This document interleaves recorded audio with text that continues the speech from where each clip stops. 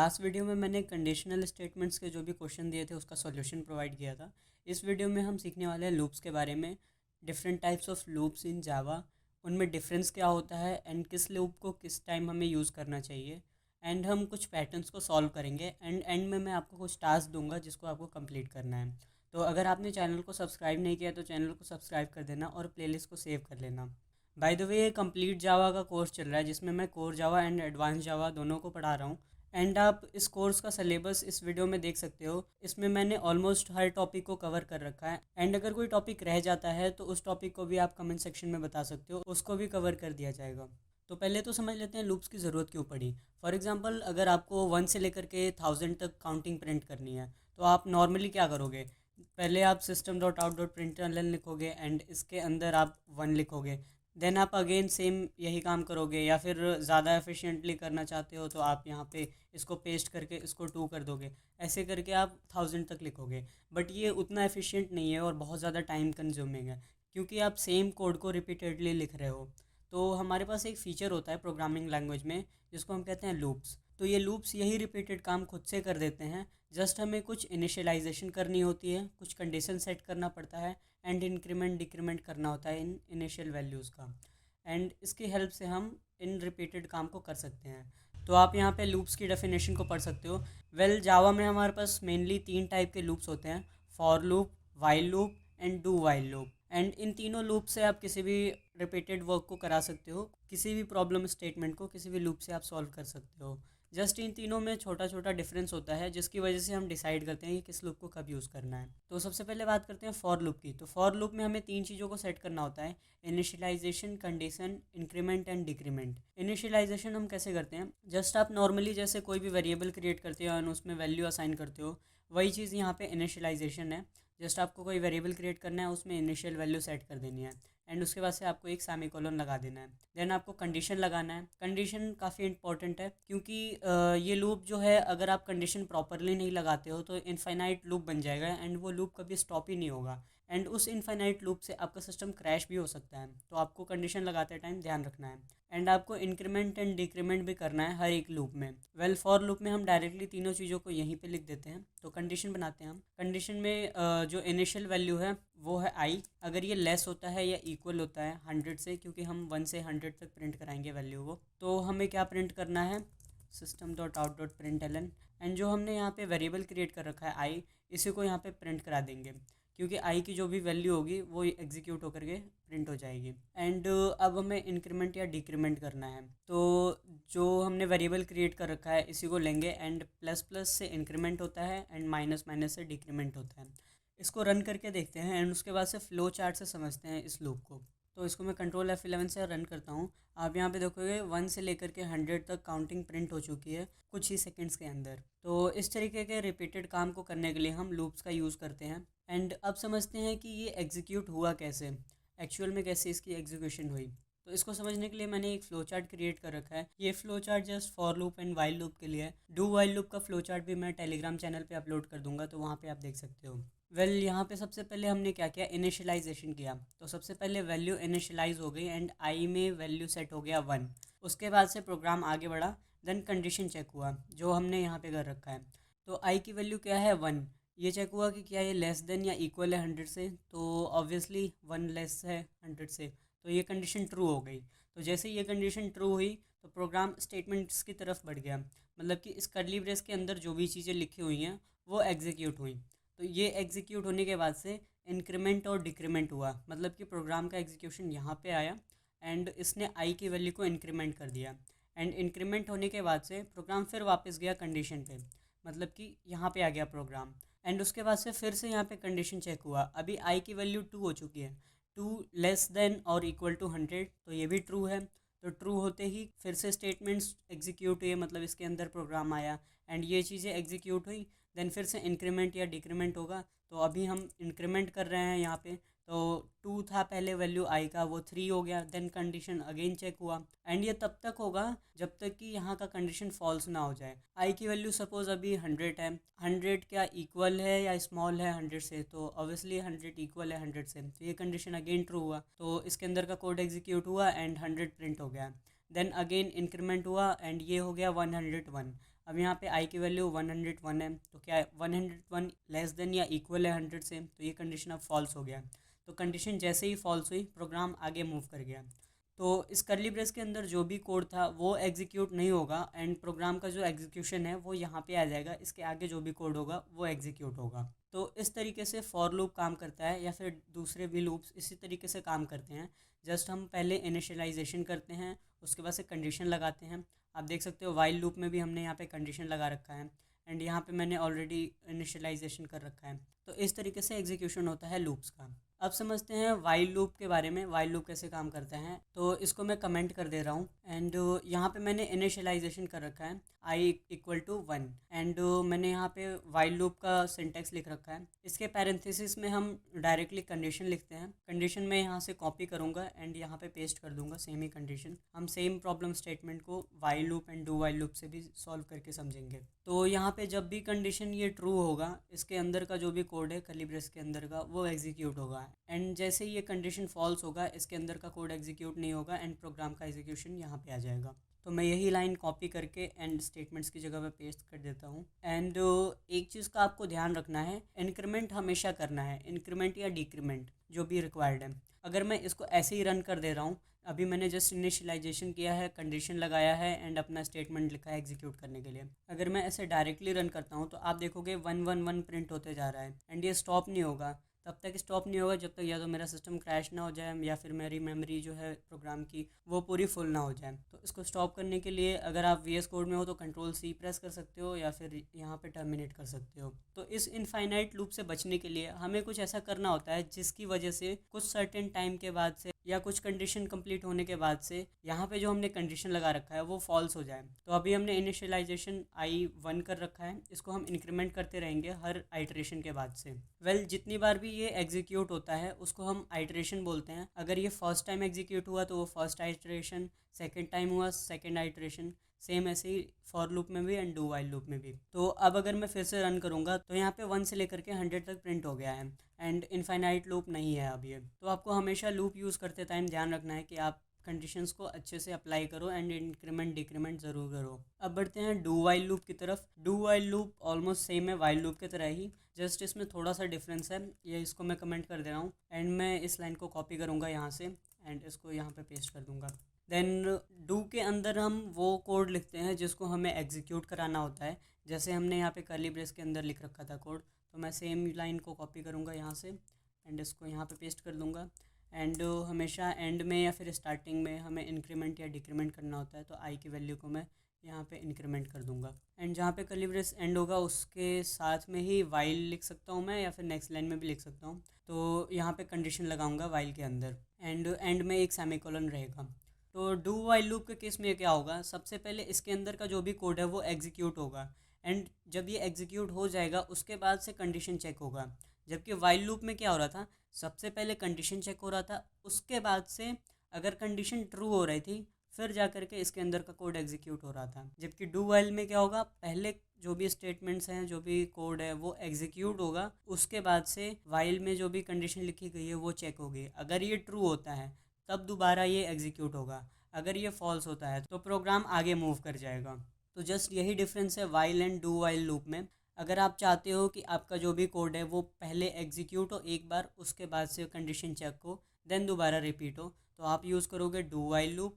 अगर आप चाहते हो नहीं पहले कंडीशन चेक हो एंड अगर कंडीशन ट्रू होती है उसके बाद ही मेरा जो कोड है वो एग्जीक्यूट हो, तब आप यूज़ करोगे वाइल लूप। इसको रन करके चेक करते हैं, देन बात करते हैं while loop and for loop में डिफरेंस क्या है।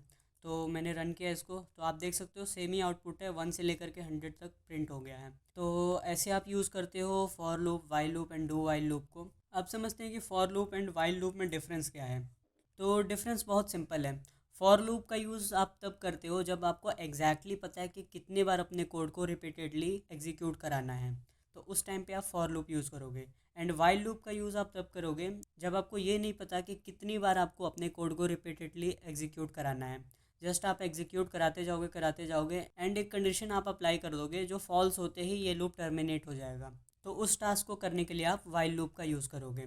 जैसे फॉर एग्जांपल आप एक वॉइस असिस्टेंट बना रहे हो जो लिसन करते रहेगा हर टाइम एंड जैसे ही हम बोलेंगे एग्जिट तो वो एग्जिट हो जाएगा। तो उस प्रॉब्लम को सॉल्व करने के लिए हम यूज़ करेंगे वाइल लूप का। सो ये है डिफरेंस इन तीनों लूप्स के बीच में एंड किसको कब यूज़ करते हैं। अब हम सॉल्व करेंगे कुछ पैटर्न्स को। तो मैंने यहाँ पे कुछ पैटर्न्स क्रिएट कर रखे हैं। पहले तो हम स्टार प्रिंट कराएंगे, उसके बाद से नंबर्स को भी प्रिंट कराएंगे। अगर किसी भी टाइप का पैटर्न आता है और उसको आपको सॉल्व करना है तो आप जस्ट पैटर्न को ध्यान से देखोगे तो आपको उसी में आंसर मिल जाएगा कि इसको कैसे सॉल्व करना है। जैसे इस पैटर्न की बात करें, इस पैटर्न में हमारे पास 3 रो हैं एंड 5 कॉलम्स हैं एंड हर एक कॉलम एंड रो में हम स्टार को प्रिंट करा रहे हैं। तो हम रोज़ के लिए एक लूप एंड कॉलम्स के लिए एक लूप यूज़ करेंगे। इसको सॉल्व करने के लिए हम कोई सा भी लूप यूज़ कर सकते हैं। आपको पता ही है कैसे लूप्स यूज़ करना है। जस्ट आपको initialisation, condition and increment decrement करना होता है। तो इस पैटर्न को सॉल्व करते हैं। रो के लिए मुझे एक फॉर लूप क्रिएट करना पड़ेगा। इनिशियलाइजेशन में करूँगा रो इक्वल टू 1 सेट कर दे रहा हूँ एंड मुझे रो कितने चाहिए, 3 चाहिए। तो यहाँ पे मैं कंडीशन लगाऊंगा रो अगर लेस है या इक्वल है 3 से, तब तक मुझे इस लूप को चलाना है एंड जब भी कोड एग्जीक्यूट हो जाएगा उसके बाद से मुझे इंक्रीमेंट कर देना है रो की वैल्यू को। तो इस तरीके से हमें तीनों रोज़ मिल जाएंगे। अब हमें कॉलम्स बनाने हैं तो कॉलम्स के लिए हम एक और फॉर लूप यूज़ करेंगे एंड यहाँ पे हम इनिशियलाइजेशन करेंगे कॉलम का। तो इसकी भी वैल्यू मैं सेट कर दे रहा हूँ 1। अब हमें कंडीशन लगाना है। तो यहाँ पे तो काफ़ी सिंपल है, हमें हर एक रो हर एक कॉलम में प्रिंट कराना है। तो जस्ट मैं लिख दूंगा अगर कॉलम लेस देन या इक्वल है 5 से, क्योंकि यहाँ पे 5 कॉलम्स हैं एंड कॉलम को मुझे इंक्रीमेंट करना पड़ेगा। तो अगर कॉलम जो है लेस या इक्वल है 5 से तो मुझे प्रिंट कराना है एंड प्रिंट क्या कराना है, स्टार्स को। अगर मैं इसको एग्जीक्यूट करता हूँ तो आंसर तो आ जाएगा बट वो थोड़ा अजीब आएगा, उसको समझेंगे क्यों। तो इसको मैं एग्जीक्यूट करता हूँ तो यहाँ पे आप देखोगे स्टार तो आया बट वो हर एक नेक्स्ट लाइन में आ गया, क्योंकि हमने यहाँ पे प्रिंट एलन यूज़ किया है एंड प्रिंट एलन इसके अंदर का जो भी कोड होता है उसको प्रिंट करने के बाद से एक न्यू लाइन ऐड कर देता है। तो यहाँ पे हमें यूज़ करना पड़ेगा सिर्फ प्रिंट मेथड को। अगर मैं फिर से रन करता हूँ तो सारा ही सिर्फ एक ही लाइन में आ जाएगा। तो अगर हमें नेक्स्ट लाइन में लाना है इसको तो इस लूप के बाहर एक system dot out dot println को यूज़ करना पड़ेगा, जो हर एक रो के कंप्लीट होने के बाद से एक नेक्स्ट लाइन को ऐड कर देगा। अगर मैं अब फिर से रन करता हूँ तो यहाँ पे आप देखोगे नेक्स्ट लाइन में आ रहे हैं एंड जैसा हमें चाहिए था आउटपुट वैसा ही आ रहा है। अगर बात करें ये एग्जीक्यूट कैसे हुआ, तो सबसे पहले ये वाला लूप एग्जीक्यूट हुआ जिसमें इनिशियलाइजेशन हुआ रो का, जिसमें वैल्यू सेट हुई 1। देन कंडीशन चेक हुआ तो क्या 1 लेस देन या इक्वल है 3 से, तो ये ट्रू हो गया। तो प्रोग्राम का एग्जीक्यूशन इसके अंदर आ गया। देन यहाँ पे इसको एक और लूप मिला। इस लूप में इनिशियलाइजेशन हुआ कॉलम का जिसकी वैल्यू सेट हुई 1। देन यहाँ पे कंडीशन चेक हुआ कि क्या कॉलम जिसमें वैल्यू है 1 वो लेस है या इक्वल है 5 से, तो ये भी ट्रू हो गया। तो प्रोग्राम का एग्जीक्यूशन इस लूप के अंदर आ गया। तो इसके अंदर जस्ट एक लाइन है तो ये एग्जीक्यूट हो गया एंड एक स्टार प्रिंट हो गया। तो यहाँ पे एक स्टार आ गया। जब ये कंप्लीट हो गया उसके बाद से कॉलम की वैल्यू इंक्रीमेंट हुई एंड यहाँ पे वैल्यू 1 थी वो 2 हो गई। देन 2 चेक हुआ क्या लेस या इक्वल है 5 से, अगेन ट्रू हुआ। अगेन इसके अंदर का जो भी कोड है वो एग्जीक्यूट हुआ। फिर से यहाँ पे इंक्रीमेंट हुआ एंड ऐसे ही जब कॉलम की वैल्यू 5 हुई तो 5 फिर से चेक हुआ कि क्या 5 लेस या इक्वल है 5 से, तो 5 इक्वल है 5 से। अगेन इसके अंदर का जो भी कोड था वो एग्जीक्यूट हुआ। देन इंक्रीमेंट हुआ तो कॉलम की वैल्यू अब 6 हो गई एंड कंडीशन जब चेक हुआ तो 6 ना ही लेस होता है ना ही इक्वल होता है 5 से, तो ये फॉल्स हो गया कंडीशन। तो हमारा प्रोग्राम का जो भी एग्जीक्यूशन था वो यहाँ पे आ गया एंड इसने इस लाइन को अब एग्जीक्यूट किया जिसने इन 5 स्टार्स के प्रिंट होने के बाद से एक नेक्स्ट लाइन को ऐड कर दिया। तो यहाँ पे आ गया हमारा जो भी आउटपुट था वो। उसके बाद से इंक्रीमेंट हुआ रो में एंड रो की वैल्यू 1 से 2 हो गई। देन कंडीशन चेक हुआ कि क्या रो में जो वैल्यू है 2 वो क्या लेस है या इक्वल है 3 से, तो ये अगेन ट्रू है। तो इसके बाद से सेम प्रोसेस इसके अंदर का हुआ। सेम वही पहले 5 कॉलम्स प्रिंट हुए जिसमें एक स्टार था, वो अगेन 5 स्टार्स प्रिंट हो गए। देन इस लाइन की वजह से ये नेक्स्ट लाइन में आ गया। देन फिर से रो की वैल्यू इंक्रीमेंट हुई, रो की वैल्यू 3 हो गई एंड 3 इक्वल होता है 3 से। फिर से सेम प्रोसेस एंड उसके बाद से जब रो की वैल्यू इंक्रीमेंट हुई एंड रो 4 हो गया तो यहाँ पे कंडीशन फॉल्स हो गई एंड इसके अंदर का एग्जीक्यूशन फिर नहीं हुआ एंड प्रोग्राम का एग्जीक्यूशन यहाँ पे आ गया। तो इस तरीके से हमारा प्रोग्राम एग्जीक्यूट हुआ एंड टर्मिनेट हुआ। सो आई होप आपको पैटर्न कैसे सॉल्व करना है वो समझ में आ गया होगा। बढ़ते हैं नेक्स्ट पैटर्न की तरफ। इस पैटर्न में आप देखोगे हमारे पास 5 रोज़ हैं एंड कॉलम्स भी हमारे पास 5 हैं, बट जो स्टार प्रिंट हो रहे हैं वो हर एक रो में एक कम होते जा रहे हैं। मतलब जैसे जैसे एक रो इंक्रीमेंट हो रहा है वैसे वैसे स्टार्स एक कम होते जा रहे हैं। तो हम कुछ ऐसा कंडीशन बनाए जिसकी वजह से जो हमारा सेकंड वाला लूप था जो कॉलम को प्रिंट कर रहा था उसमें जो कंडीशन थी यहाँ पे हमने डायरेक्टली 5 लिख दिया था। तो यहाँ पे हम कुछ ऐसा कंडीशन बनाएंगे जिसकी वजह से फर्स्ट टाइम जब एग्जीक्यूट होगा तो हमारे पास 5 स्टार्स प्रिंट हो गए, मतलब 5 कॉलम्स आएंगी।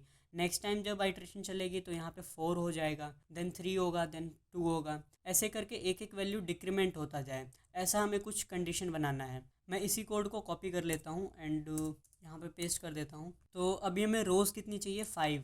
तो यहाँ पे मैं रो को कर दूंगा 5, तो हमारे पास 5 रोज़ आ जाएंगी। देन हमारे पास जो कॉलम वाला फॉर लूप है इसमें कुछ कंडीशन लगानी है। तो इनिशियलाइजेशन में इनिशियल वैल्यू 1 ही रहेगा, कॉलम को हमें प्लस प्लस ही करना है एंड प्रिंट भी हमें जस्ट स्टार ही करना है। हमें चेंजेस करने हैं जस्ट यहाँ पे कंडीशन में। तो मैंने अभी कहा था जैसे जैसे रोज़ इंक्रीमेंट हो रहे हैं यहाँ पे वैसे वैसे कॉलम्स डिक्रीमेंट हो रहे हैं। तो हमें स्टार्टिंग में 5 कॉलम्स तो चाहिए ही, बट जैसे इंक्रीमेंट होगा रो वैसे माइनस करते जाएंगे। तो हम इनिशियली तो 5 रखेंगे ही, उसके बाद से हम यहाँ पे रो को माइनस कर देंगे। इससे क्या होगा, यहाँ पे 5 है एंड 5 माइनस रो की वैल्यू 1 है तो ये 4 हो जाएगी। तो हमारे पास अभी 4 ही स्टार प्रिंट हो गए, बट हमें तो चाहिए 5, तो यहाँ पे हम एक प्लस भी कर देंगे। अब इससे क्या होगा, इनिशियली 5 रहेगा एंड रो की वैल्यू अभी 1 है, तो 5 माइनस 1 4 हुआ एंड प्लस 1 हुआ तो 5 हो गया अगेन। इसकी वजह से क्या हुआ, अभी के लिए इनिशियल वैल्यू क्या हो गई, 5। तो ये जैसा हमने यहाँ पे कर रखा था वैसे ही सेम हो गया एंड ये कंडीशन ट्रू होने की वजह से इसके अंदर का कोड एग्जीक्यूट हुआ एंड यहाँ पे 5 है इसलिए ये टोटल 5 टाइम्स प्रिंट हो गया। तो हमारा फर्स्ट रो 5 टाइम्स कंप्लीट हो गया एंड यहाँ पे डायरेक्टली 5 लिखने के बजाय हमने कुछ ऐसा लिख रखा है जिसकी वजह से जब रो में इंक्रीमेंट होगा तो रो अभी 2 हो गया, तो 5 में से जब 2 माइनस होगा तो वो हुआ 3 एंड प्लस 1 तो 4। तो नेक्स्ट रो में सिर्फ 4 टाइम्स स्टार्स प्रिंट होंगे। देन अगेन जब रो इंक्रीमेंट होगा तो ये हो जाएगा यहाँ पे 3, देन 5 माइनस 3 होगा 2 एंड 2 प्लस 1 3। तो थर्ड रो में सिर्फ 3 टाइम्स स्टार्स प्रिंट होंगे। ऐसे ही रो की वैल्यू 5 होगी तो 5 माइनस 5 0 हो जाएगा एंड 0 प्लस 1 1 होगा। तो लास्ट वाले में सिर्फ एक स्टार प्रिंट होगा एंड अगेन जब रो इंक्रीमेंट होगा तो इस टाइम पे रो की वैल्यू 6 हो जाएगी, तो 6 यहाँ पे कंडीशन फॉल्स हो जाएगा, तो इसके अंदर का एग्जीक्यूशन नहीं होगा। तो इस तरीके से हमारा जो ये पैटर्न है वो प्रिंट हो जाएगा। अगर मैं इसको रन करता हूँ तो आप देख सकते हो सेम पैटर्न प्रिंट हो चुका है। अब सॉल्व करते हैं इस वाले पैटर्न को। तो इस पैटर्न में आप देख सकते हो यहाँ पे पहले काफ़ी सारे स्पेसेस हैं, देन पहले रो में 1 स्टार, दूसरे रो में 2 स्टार, तीसरे में 3 4 5। तो जैसे जैसे रो इंक्रीमेंट हो रहा है वैसे वैसे कॉलम भी इंक्रीमेंट होते जा रहा है। बट इसके केस में क्या था, जैसे जैसे रो इंक्रीमेंट हो रहा था वैसे वैसे कॉलम डिक्रीमेंट होते जा रहा था। तो ऑलमोस्ट इसी के जैसा कुछ सिमिलर कंडीशन होगा जिसकी वजह से ये स्टार्स जो हैं इंक्रीमेंट होते जाएंगे रो वाइज। तो पहले तो हमें स्पेसेस प्रिंट करने पड़ेंगे यहाँ पे। तो स्पेसेस प्रिंट करने के लिए आप देख सकते हो किस पैटर्न में हमें प्रिंट करना है। जैसे यहाँ पे हमने स्टार्स को प्रिंट किया था वैसे ही यहाँ पे भी हो रहा है। पहले ऐसे स्पेसेस प्रिंट होंगे, उसके बाद से यहाँ पे स्टार्स प्रिंट होंगे। तो हम इसी कोड को कॉपी कर सकते हैं, बट यहाँ पे आप देखोगे एंड में 5 स्टार्स प्रिंट हुए हैं एंड स्टार्टिंग में 1 स्टार है, मतलब कि हमें यहाँ पे 4 स्पेसेस करने हैं।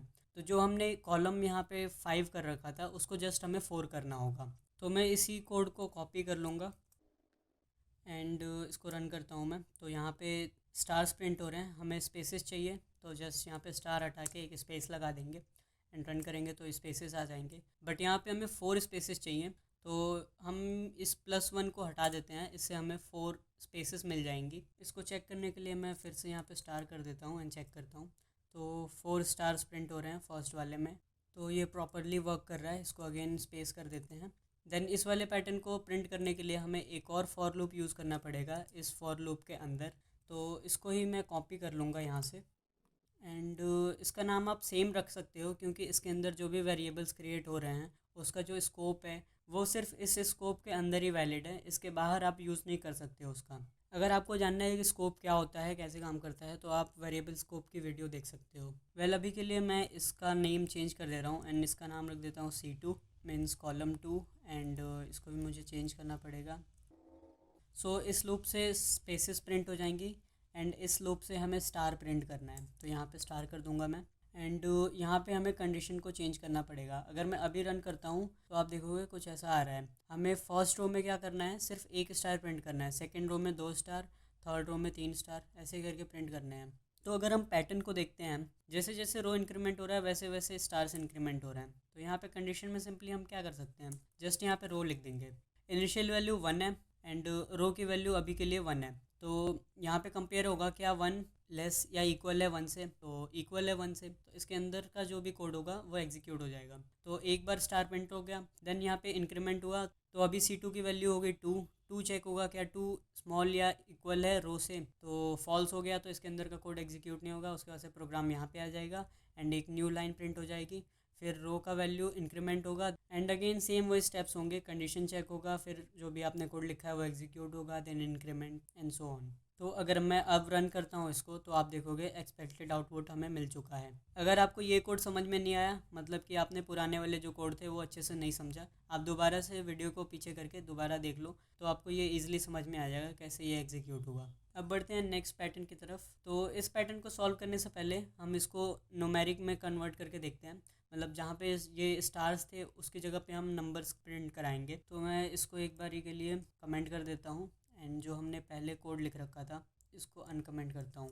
तो यहाँ पे स्टार्स प्रिंट हो रहे हैं, स्टार की जगह पे हमें नंबर्स प्रिंट कराने हैं। बट अब बात आती है कौन से वाले नंबर्स प्रिंट कराएं। तो यहाँ पे आप देखोगे जैसे जैसे कॉलम इंक्रीमेंट हो रहा है, ये first column, second column, third, fourth, fifth, तो जैसे जैसे कॉलम इंक्रीमेंट हो रहा है वैसे वैसे वैल्यू इंक्रीमेंट हो रही है। रो वाइज तो सेम ही है, सेकेंड रो में भी 1 से स्टार्ट हुआ, थर्ड में भी 1 से स्टार्ट हुआ, मतलब कि हमें कॉलम की वैल्यू को प्रिंट कराना है। तो जस्ट यहाँ से कॉलम उठाएंगे एंड यहाँ पे कॉलम लिख देंगे एंड अब रन करते हैं, तो सेम आउटपुट आ रहा है हमारे पास जैसा हमें चाहिए था। एंड वैसे ही नेक्स्ट पैटर्न की बात करें तो इसको मैं कमेंट करता हूँ एंड इसको अनकमेंट। तो हमारे पास स्टार्स प्रिंट हो रहे हैं, हमें यहाँ पे नंबर्स प्रिंट कराना है।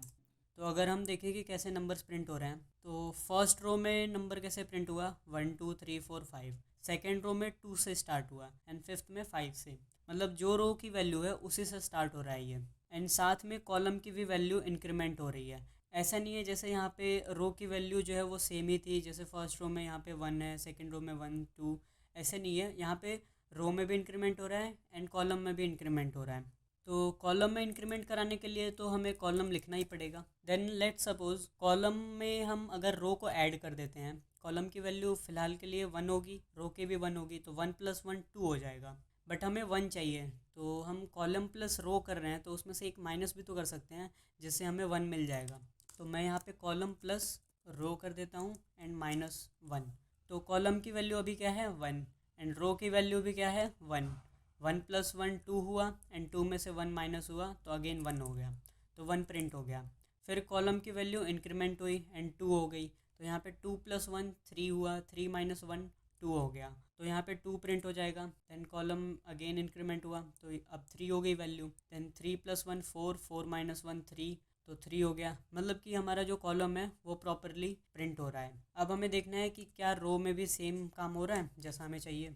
तो लेट्स सपोज रो इंक्रीमेंट हुआ तो रो की वैल्यू अब 2 हो गई एंड इसके अंदर जब प्रोग्राम आएगा तो ऑब्वियसली कॉलम दोबारा से इनिशियलाइज होगा, तो कॉलम की वैल्यू 1 एंड रो की वैल्यू अभी 2, तो 1 + 2 3, 3 - 1 2, तो सेकेंड रो में 2 से स्टार्ट हुआ, देन इंक्रीमेंट हुआ तो 2 + 2 4, 4 - 1 3, 3 आ गया, मतलब कि हमारा जो सेकेंड रो है एंड कॉलम वो भी प्रॉपरली वर्क कर रहा है। देन अगेन रो में इंक्रीमेंट हुआ, रो की वैल्यू 3 हुई एंड कॉलम की वैल्यू अगेन 1, तो 3 + 1 4, 4 - 1 3, तो थर्ड रो में 3, मतलब कि हमारा जो रो है उसमें भी इंक्रीमेंट हो रहा है एंड कॉलम में भी इंक्रीमेंट हो रहा है, मतलब जो हमने कंडीशन लगा रखे हैं वो सब कुछ प्रॉपरली वर्क कर रहे हैं। इसको रन करके चेक करते हैं तो हमें एक्सपेक्टेड आउटपुट मिल चुका है। सो ऐसे आप नंबर्स को प्रिंट कराते हो। अब बात करते हैं इस वाले पैटर्न की, तो इसमें भी हम इसी वाले लूप को यूज़ कर सकते हैं जो हमने अभी यूज़ किया था। तो मैं इसको अनकमेंट कर देता हूँ एंड हमें स्पेसेस तो प्रिंट कराने ही है, तो ये वाला लूप सेम वैसे ही रहेगा। एंड इस नंबर को प्रिंट कराने के लिए जस्ट यहाँ पे हमें कुछ ऐसा लिखना होगा जिससे ये चीज़ें प्रिंट हो जाएं। अब यहाँ पे देखोगे आप, ये 5 से स्टार्ट हो रहा है, यहाँ पे तो 1 2 3 4 हो रहा था, जैसा हमने यहाँ पे इनिशियल वैल्यू सेट किया था 1, फिर इंक्रीमेंट हो रहा था वो 2 3, तो हम डायरेक्टली यहाँ पे लिख दे रहे थे। बट यहाँ पे हमें 5 से स्टार्ट करना है, तो एक तो तरीका ये है कि हम इसको 5 करें, बट यहाँ पे 5 करेंगे तो हमारा कंडीशन है ऑलरेडी फॉल्स हो जाएगा, तो 5 लेस और इक्वल टू 1, तो ये फॉल्स हो जाएगा, तो इसके अंदर की चीज़ें कभी रन होंगी ही नहीं। तो इस वजह से हमें यहाँ पे कंडीशन को भी चेंज करना पड़ जाएगा। तो यहाँ पे छेड़खानी ना करने की बजाय हम यहाँ पे एक और इनिशियलाइजेशन कर सकते हैं। वेल आप चाहो तो जितने मर्जी उतने इनिशियलाइजेशन कर सकते हो, जितने मर्जी उतने चाहे आप कंडीशंस लगा सकते हो, एंड सेम जितने मर्जी उतने आप इंक्रीमेंट या डिक्रीमेंट कर सकते हो। एंड ये चीज़ अप्लीकेबल है किसी भी लूप में, ज़रूरी नहीं कि सिर्फ इसी लूप में। तो मैं यहाँ पे एक और इनिशियलाइजेशन करूँगा, एंड ऑलरेडी मैंने यहाँ पे इंट डेटा टाइप सेट कर रखा है, तो मुझे दोबारा इंट लिखने की ज़रूरत नहीं। एंड इस वेरिएबल का नाम सिंपली n रख दे रहा हूँ, एंड इसमें वैल्यू सेट कर देता हूँ 5, क्योंकि हमें 5 से प्रिंट कराना है। एंड मैं यहाँ पे वेरिएबल को प्रिंट करा लूँगा, बट मैंने यहाँ पे सेट कर दिया 5, एंड डायरेक्टली प्रिंट कराऊँगा तो हर जगह पे 5 ही प्रिंट हो जाएगा। इसमें ना कुछ इंक्रीमेंट होगा ना डिक्रीमेंट होगा। तो यहाँ पे हमें 5 4 5 4 3 मतलब यहाँ पे डिक्रीमेंट करना है, तो इसके जस्ट बाद एक कॉमा लगाएंगे, एंड जो ये n वेरिएबल है इसको हम डिक्रीमेंट कर देंगे। तो ये एग्जीक्यूट कैसे होगा, पहले ये कंडीशन चेक होगी इनिशियलाइजेशन के बाद से, इसके अंदर का कोड रन हो जाएगा, देन c2 की वैल्यू इंक्रीमेंट होगी एंड n की वैल्यू डिक्रीमेंट होगी। तो n की वैल्यू हमने सेट किया था 5, तो डिक्रीमेंट होके हो जाएगा 4। देन यहाँ पे फिर 4 प्रिंट होगा, फिर 3 2 1 ऐसे करके। तो मैं अगर फिर से रन करता हूँ तो हमें एक्सपेक्टेड आउटपुट मिल चुका है। तो इस तरीके से आप इसको सॉल्व करोगे। अब बढ़ते हैं इसके तरफ। तो अभी तक हमने जितने भी पैटर्न सॉल्व किए हैं इनको मिला करके हम इस पैटर्न को बना सकते हैं। तो यहाँ पे हमें कितने लूप्स की ज़रूरत पड़ेगी, पहले तो हमें एक लूप चाहिए होगा रो के लिए, उसके अंदर हम डिफरेंट लूप्स लगाएंगे जिससे हम कॉलम्स को प्रिंट कर सकें। सेकेंड लूप होगा हमारा स्पेस प्रिंट करने के लिए, जैसा हमने यहाँ पे स्पेस के लिए किया था। देन थर्ड लूप होगा इस पार्ट के लिए, ये वाला जो पार्ट है, जैसा हमने यहाँ पे स्टार्स करा रखा था, यहाँ पे नंबर्स कराए, वैसे ही यहाँ पे हम कराएंगे। तो थर्ड लूप हो गया, एंड फोर्थ लूप में हम इस वाले पार्ट को प्रिंट कराएंगे। तो इसको इम्प्लीमेंट करते हैं। ये इम्प्लीमेंट होने के बाद से हम इसको भी सॉल्व करेंगे। तो यहाँ पे इतना जो पार्ट है इसको कंप्लीट करने के लिए तो मैं इसी लूप का यूज़ कर सकता हूँ, एंड इसके लिए मैं जस्ट एक एक्स्ट्रा लूप को ऐड कर दूँगा। तो मैं इसी कोड को दोबारा से कॉपी कर लेता हूँ, एंड इसको एक बार रन करके देख लेते हैं। तो हमें ये नंबर्स प्रिंट कराने हैं। तो जैसा हमने इसमें सेकंड वाला जो लूप था हमारा एक लूप के अंदर, इसमें यहाँ की वैल्यू को चेंज करना है जस्ट, ताकि ये नंबर्स प्रिंट हो सकें। इसके बाद एक और लूप को ऐड करना है। तो पहले लूप ऐड कर लेते हैं, उसके बाद से देखते हैं ये नंबर्स कैसे लाना है। तो आप अगर इस पैटर्न में देखो, फर्स्ट रो में इधर एक भी कॉलम प्रिंट नहीं हुआ, सेकेंड रो में यहाँ पे एक कॉलम प्रिंट हुआ, थर्ड रो में 2 कॉलम, मतलब कि जो भी रो की वैल्यू है उससे एक माइनस है कॉलम की वैल्यू। तो हम यहाँ पे लिख सकते हैं for int c3 equal to initial value 1 कर देते हैं। एंड कंडीशन क्या थी, जो भी रो होगा उससे एक कम कॉलम, मतलब कि c3 अगर लेस है या इक्वल है रो माइनस 1। तो यहाँ पे कंडीशन चेक होगा, तो रो की जो वैल्यू है वो है 1, 1 माइनस 1 हो जाएगा 0, और c3 की वैल्यू है 1। तो क्या 1 लेस और इक्वल है 0 से, तो ये फॉल्स हो जाएगा। तो इसके अंदर का जो भी कोड होगा वो एग्जीक्यूट नहीं होगा, मतलब फर्स्ट रो के लिए हमारा जो ये वाला लूप है इसके अंदर का कोड एग्जीक्यूट नहीं होगा। देन जब रो में इंक्रीमेंट होगा तो रो की वैल्यू हो जाएगी 2।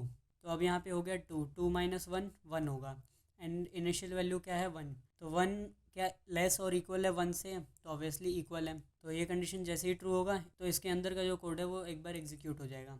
तो सेकेंड रो में हमारे पास एक कॉलम मिल जाएगा यहाँ पे, एंड ऐसे ही हमारे पास थर्ड रो में दूसरा, फोर्थ में तीसरा कॉलम, एंड फिफ्थ में 4 कॉलम्स। तो यहाँ पे हमें जस्ट इंक्रीमेंट करना है c3 की वैल्यू को, एंड इसमें हमें कुछ वैल्यू प्रिंट करानी पड़ेगी। तो इसको चाहे तो हम यहाँ पे चेंज करके स्टार से एक बार चेक कर सकते हैं कि क्या ये प्रॉपरली वर्क कर रहा है। तो यहाँ पे मैं स्टार कर देता हूँ एंड इसको रन करता हूँ।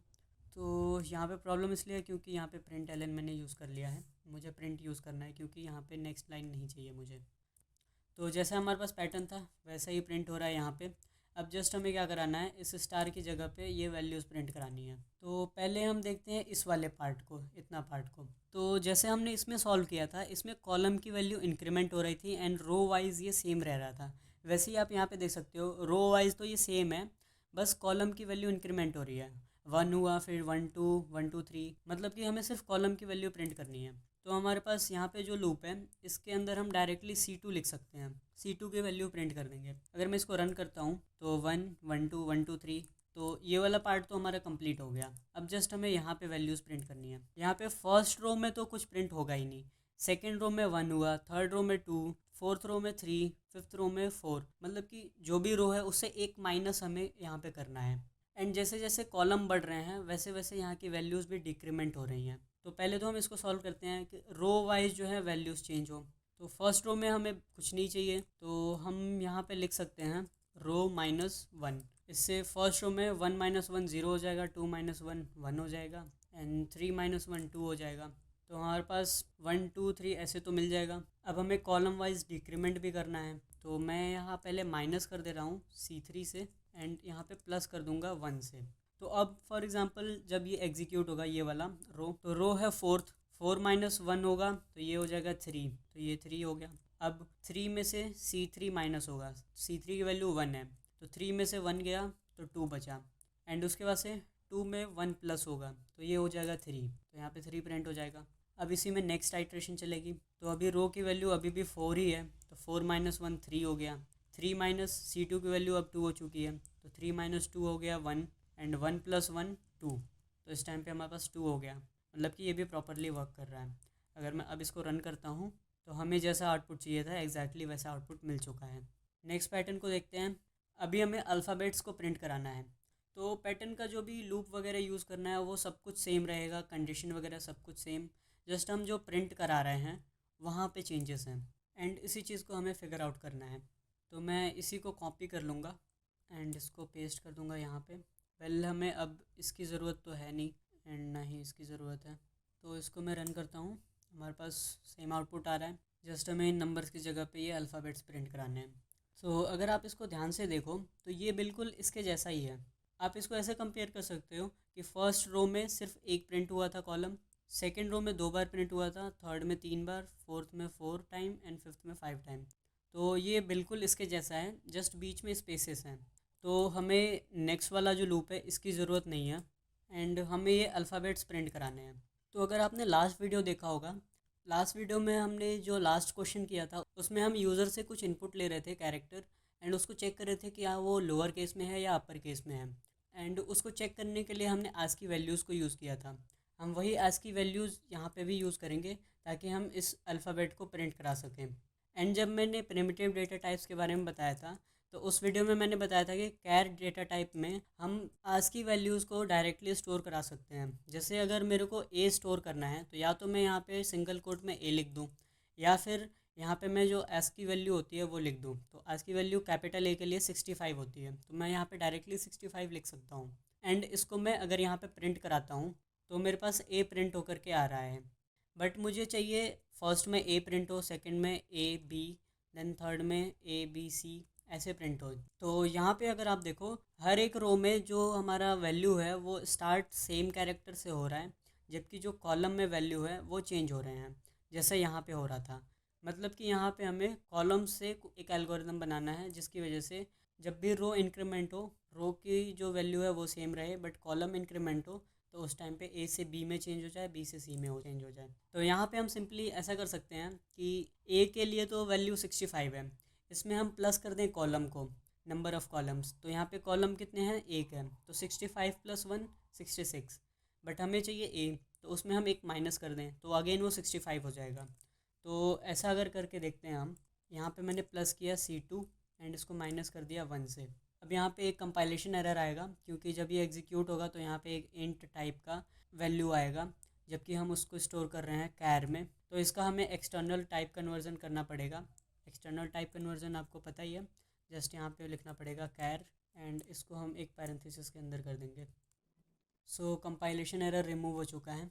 अब जब इसके अंदर का कोड एग्जीक्यूट होगा तो लेट्स सपोज C2 की वैल्यू 1 है, 65 + 1 66, उसमें से 1 माइनस किया 65, एंड यहाँ पे हम प्रिंट करा रहे हैं C की वैल्यू को, तो यहाँ पे A प्रिंट हो जाएगा। देन C2 की वैल्यू इंक्रीमेंट होगी तो यहाँ पे 2 हो गया, 65 + 2 67, एंड 67 - 1 66, एंड कैपिटल B का जो वैल्यू होता है आस्क की वैल्यू वो होता है 66। तो इस लाइन की वजह से 66 जब एग्जीक्यूट होगा तो हमारे पास वैल्यू आएगी B। तो फर्स्ट वाले के लिए A आ गया, सेकंड में AB, थर्ड में ABC आ जाएगा। तो अगर मैं इसको रन करता हूँ तो यहाँ पे आप देखोगे हमें आउटपुट तो मिल रहा है ऑलमोस्ट सिमिलर, बट हमें कुछ ऐसा चाहिए ट्रायंगल शेप में। जस्ट यहाँ पे क्या हो रखा है, A के बाद से कुछ स्पेस है, B के बाद भी कुछ स्पेस, तो यहाँ पे हम कॉन्कैटिनेशन कर देंगे स्पेस से। अब इसको फिर से रन करता हूँ तो जैसा हमें आउटपुट चाहिए था एकदम वैसा ही आउटपुट हमें मिल रहा है। सो आई होप अब आपको अच्छे से लूप समझ में आ गए होंगे, एंड किस तरीके से हम लूप्स का यूज़ करके इन पैटर्न्स को सॉल्व करते हैं। आप चाहो तो अदर जो लूप हैं वाइल लूप या डू वाइल लूप उनका भी यूज़ करके इन सारे पैटर्न्स को या फिर दूसरे पैटर्न्स को सॉल्व कर सकते हो। इसी प्रॉब्लम को मैं एक बार वाइल लूप से भी करके दिखा देता हूँ। उसके बाद से आप खुद से ट्राई करना कुछ पैटर्न्स को, एंड आपको कुछ टास्क मिलेगा, उसको कंप्लीट करना है। तो सबसे पहले तो हमें इनिशियलाइजेशन करना होता है। तो मैं इसकी वैल्यू को यहाँ से कॉपी करूँगा एंड यहाँ पे पेस्ट। देन मुझे लिखना होगा वाइल, एंड इसके अंदर जो कंडीशन है इसको मैं कॉपी करूँगा, पेस्ट। तो जब तक ये कंडीशन ट्रू होगी, इसके अंदर का जो भी कोड होगा वो एग्जीक्यूट होगा। तो इसके अंदर भी मैं वाइल लूप ही यूज़ करूँगा। उससे पहले इस वाली लाइन को मैं कॉपी करूँगा यहाँ से एंड पेस्ट, एंड मुझे इंक्रीमेंट भी करना होगा, तो एंड में इसको मैं इंक्रीमेंट कर दूँगा। तो फर्स्ट लूप को हमने वाइल लूप में कन्वर्ट कर लिया। यहाँ पे मुझे एक सेमीकोलन लगाना होगा। देन इस लूप की बात आती है, तो इसमें भी हमें एक वाइल लूप क्रिएट करना है। तो सबसे पहले इनिशियलाइजेशन, यहाँ से मैंने इसको किया copy, paste, then while. Same condition को यहाँ से कॉपी करना है, पेस्ट, देन इसकी बॉडी, एंड इसके अंदर हमें सिंपली ये चीज़ प्रिंट करानी है, एंड कॉलम को इंक्रीमेंट कर देना है। तो सेकंड फॉर लूप को भी हमने वाइल लूप में चेंज कर लिया। अब थर्ड वाले को करते हैं। सेम काम करना है, जस्ट आपको यहाँ से इनिशियलाइजेशन को कॉपी करना है, यहाँ पे पेस्ट कर दिया, देन वाइल लूप, कंडीशन को किया कॉपी, पेस्ट, एंड इसको भी यहाँ से कॉपी करूँगा एंड इस वाइल लूप के अंदर पेस्ट कर दूँगा। देन C2 को भी यहाँ पे इंक्रीमेंट करना पड़ेगा एंड सेमीकोलन। सो हमने इस फॉर लूप को कन्वर्ट कर लिया है वाइल लूप के अंदर। आप देख सकते हो कोड थोड़ा सा लंबा हो गया है, बट काम वही होगा। अगर मैं इसको रन करता हूँ तो आप देख सकते हो सेम आउटपुट आ रहा है। तो ऐसे आप किसी भी लूप का यूज़ करके आप सॉल्व कर सकते हो किसी भी प्रॉब्लम को। जस्ट डिपेंड करता है कि कौन सा लूप किस काम के लिए ज़्यादा बेटर है, एंड ये आपको पता लग जाता है इनके यूज़ और डिफरेंस की वजह से। वाइल को आप तब यूज़ करते हो जब आपको पता नहीं है कितनी बार रिपीटेड काम करवाना है।